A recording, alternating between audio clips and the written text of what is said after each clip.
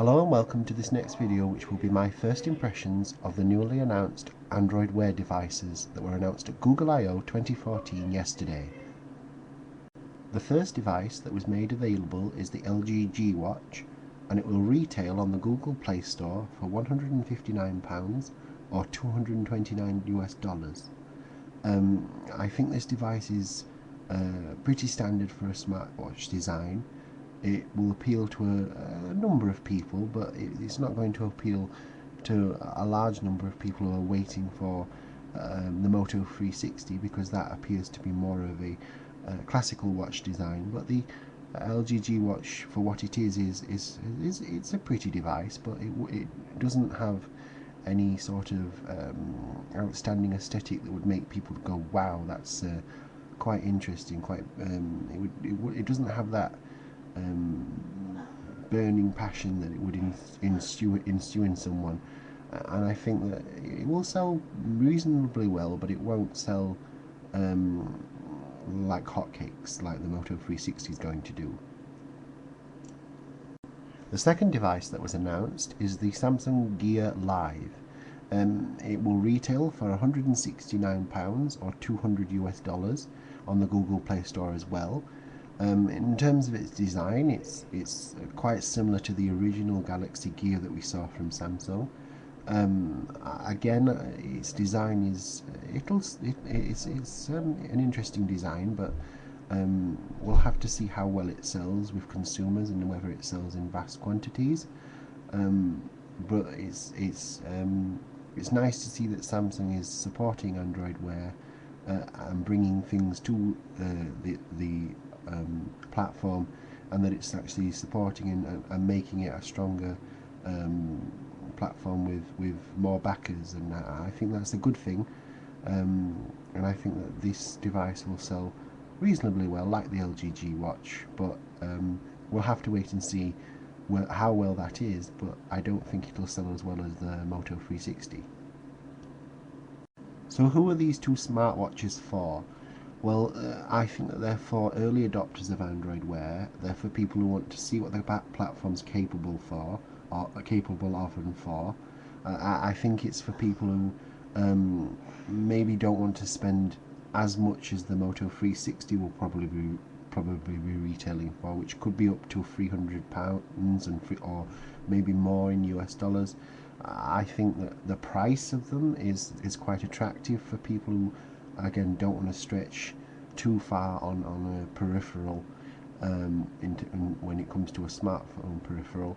I think that these devices will sell well, and therefore they will sell to a wide range of people, and therefore people who are the pioneers and want to help Android Wear grow and develop and become better. But I think that these devices will probably have to go through a number of iterations first before they become wide-rangingly adopted by a large group of the population. But I think for what they are very good, and that people who want to buy them will buy them, and they'll sell well, and they'll prove that the platform has some legs to it, and I think that that's what we'll see over the next months and years ahead. So should you buy either of these two smartwatches? I think yes, if you want to, you should definitely go and buy them. Whether you like their aesthetics and the way they look is a personal preference. I think that you should buy them if you want to try the new Android Wear platform, but as I said, don't want to spend too much money getting invested in the platform, whether you decide that you're not into it as much as you thought you would be.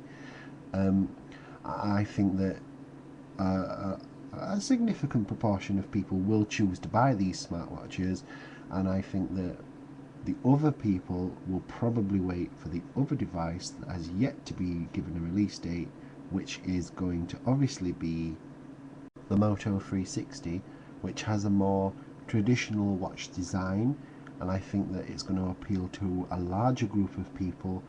We'll have to see what the price is going to be for this device, and whether it's going to reach a larger proportion of people that want to buy it.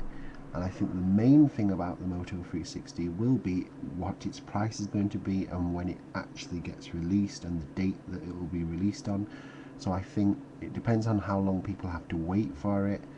And I think that the Moto 360 will probably be the more popular option for a wider group of people.